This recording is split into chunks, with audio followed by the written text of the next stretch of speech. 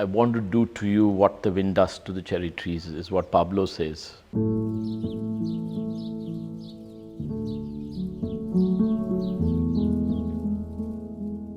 There is a very sort of reciprocation to life, nature, and how you want to do with a tree, a plant, a landscape. I think the experience to build an architecture of the Aquaville was in a similar cognition of how natural, how cognitive you can be to the planet. Most beautiful aspect of the house is that you can dismantle the house and re-erect it anywhere. A 20,000 square feet house, including the stone walls, including the gabion walls, including the gates. Every element in this site can be removed, carted to another place, re-erected. Means not that the need is to do that, but is to state that everything can be recycled. And you get to see nature. You're part of the monsoon, you're part of the rain, and you're part of the landscape. I'm sitting here in the dining and looking at the most beautiful rain that you could ever experience as part of the Bengaluru weather. And it is with me in my space, and I feel like I'm sitting in a garden pavilion. And I think that's what the happy space is all about. Hi, I'm an architect. My name is Ravindra Kumar. I am one of the architects as part of the co-working group called Pragrup. We try and do as much as we can to be parcels of the joy of being human and to the joy of being nature. We can build and we can see how this architecture can grow. Please do feel free to write on the YouTube, connect or write to me in person or connect with Buildify, and I'll be more than glad to reciprocate and respond. So this was one piece of land which was almost implicitly intact and not grown for the longest period. So I think the presence of the lake created a very, very beautiful impact. It was necessary for us to kind of look at it, and it was east for us. That was another factor of joy. It's primarily a transition space, just a pavilion for a family to live. It's completely transparent, lets maximization of light and the nature and elements of the exterior to sort of seep in to the livable space. It holds very minimal sort of floor space as a capture of the occupation on the planet. Everything about it is recycled, is reduce used, and also is rejuvenated kind of a use. He was a very large, joint family living with brothers and sisters, their husbands, his parents, his two children and their family. So it was almost like 60, 70 people being all together in a common ground.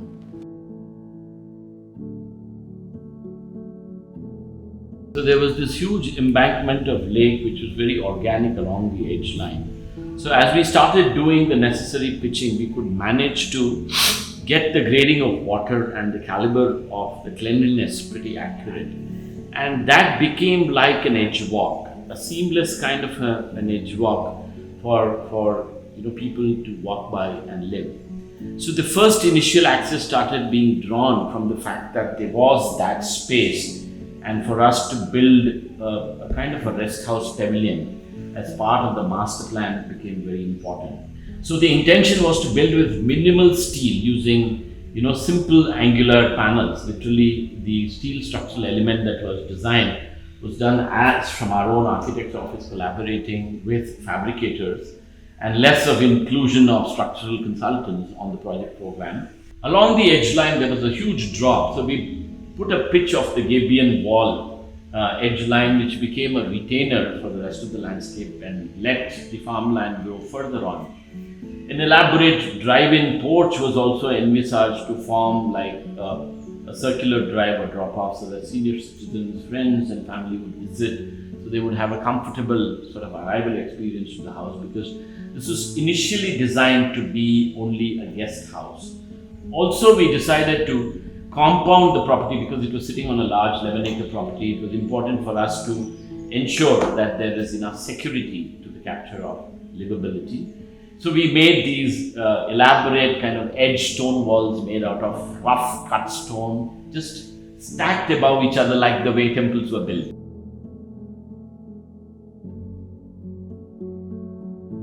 We added a small temple pavilion for the family, which also was again built using cubes of stone.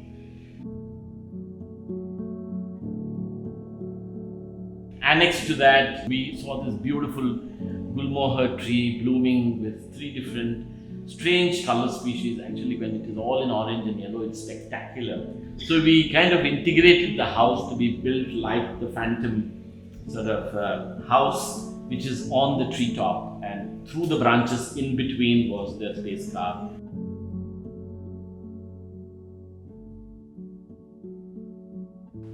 Actually, this whole building, what you are seeing, is completely pre-engineered building. It's called prefabricated. So some of the steel material we have made here, and some we have fabricate in our factory, and from there we have shipped here. Whatever steel, this one wood part you are seeing, that is imported from Indonesia, Bali and Sumatra. So this complete material, this wood also is a prefabricated kind of thing. So we have bring like a complete package, and here we have assembled it, and painting and all other process we have done here. And main all structure is used by Tata Steel. Whatever material we have used, the prime steel material, YST 350, the higher grade material, so that that section will be not bigger. In lesser thickness, we can get the strength. The strength that it will look very sleek. This tree house is like a dream house kind of thing. When you decided to build a tree house, so you are worried about the tree, because this is a gulmohar tree. It's not hard like that banyan tree and peepal tree. It's very, when rain come or wind will come, the first whatever tree falls, gulmohar is the first one. So we are very worried about that. What is the detailing given? The very particular detailing, very easy to understand, and we have conveyed that to our work team, and completely we have did it here only. We have not done any machinery this one process. Here only we have completely that straps and all made by hand only, bending and all those things. And for that we have used EPDM rubber packing, so that when tree will grow, so that steel will not hurt the tree. That main trunk should be go, and it's completely free from the land. So suppose after 2 or 3 years when tree will grow, that completely house also will be lifted. It's completely free from the this one ground. Completely that whole load is on the tree only. 2 trees are there, and we have tied some small members. It's like a tree branches. So we have constructed another one tree like in between the 2 trees. So it's like one whole structure. So we developed a different piece of a small water harvesting tank on the ground, put a large cabana pavilion, and allowed access walkways around it for the family to primarily enjoy the walk in the landscape.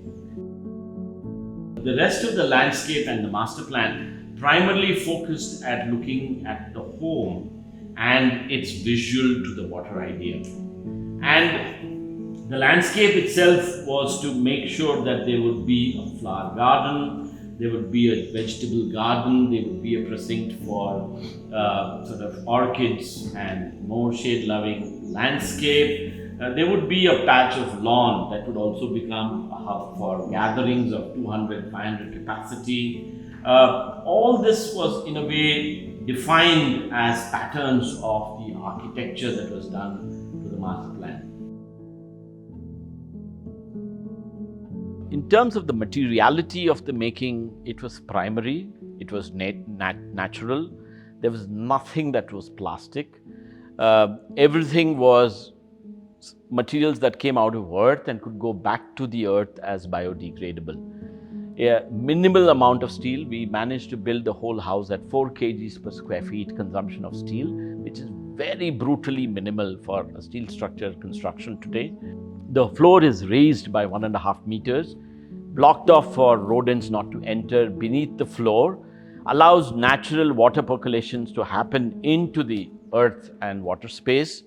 Everything that you see here is natural, including the furniture, including your cabinet work, the kitchen works, the wall panel, the ceiling panel, the flooring panel, the outdoor decks. We did not even want to look at composite wood for the outdoor decks. That's also using primarily focused at the harvested wood. The three-dimensional extension of the geometry of plan, for us, it's again fascinating because there are no supported lintels, there are no supported perimeter connect lines. So the glass spans from floor to ceiling. The window is from floor to ceiling, the door is from floor to ceiling. It's very elemental in its fundamentals. The walls are very minimal, only I think the partition walls of the toilets and the kitchen, which are all fly ash blocks. They're not even plastered, it's just a layer of putty, lime render and Adora that is done to the surface line. The architecture is minimal. Even if you look at the matrix of the window or the glass frames, we have used less timber. So there is no pattern for the necessity of it being what I call an aesthetic need to make a Tuscan order or a Georgian pattern of a window. So everything is elemental. So we use less material in its making. The frames are just enough to hold the glass. The shutter is just enough to hold the frames of the shutter. The doors are also the same. Patterns are the same. We use barcoding so that no wood is wasted. Even the edge pieces are reused and recycled use. So the wastage parameter of the glass and the timber is zero. As far as the rest of the technology innovation is concerned, there is accurate BMS systems, there is accurate, audio video systems in terms of the acoustic surfaces of timber are micro-perforated to make sure that the voice experience of the house is spectacular. We've used louvered panels as external and internal elements. There is enough overhang to protect water ingress. We have minimized skylights within the architecture capture space. In the rooms and the rest of the spaces, the fabric that we've used is hand woven. Most of the furniture that is made is handcrafted. And the artifacts is all handcrafted, bought by the farmer, by the craftsman who works on that project. He did not defy nothing that we wanted, and it was a beautiful song. Just as two ballerinas will sway on a flat ground and create the experience of a song. I think Aquaville was an experience of such an entourage where each of its element was carefully crafted to its being, and each of the spaces, I think, was built intentionally to be a traveler's rest house pavilion. We as Homo beings or Homo sapiens should try and less habituate the planet, because we made tremendous amount of urban footprint to the ground. So if we can build or bring about examples of such architectural ideas to tell people that you have to build less, occupy less, and insinuate and distress Mother Earth less, I think then the story is complete.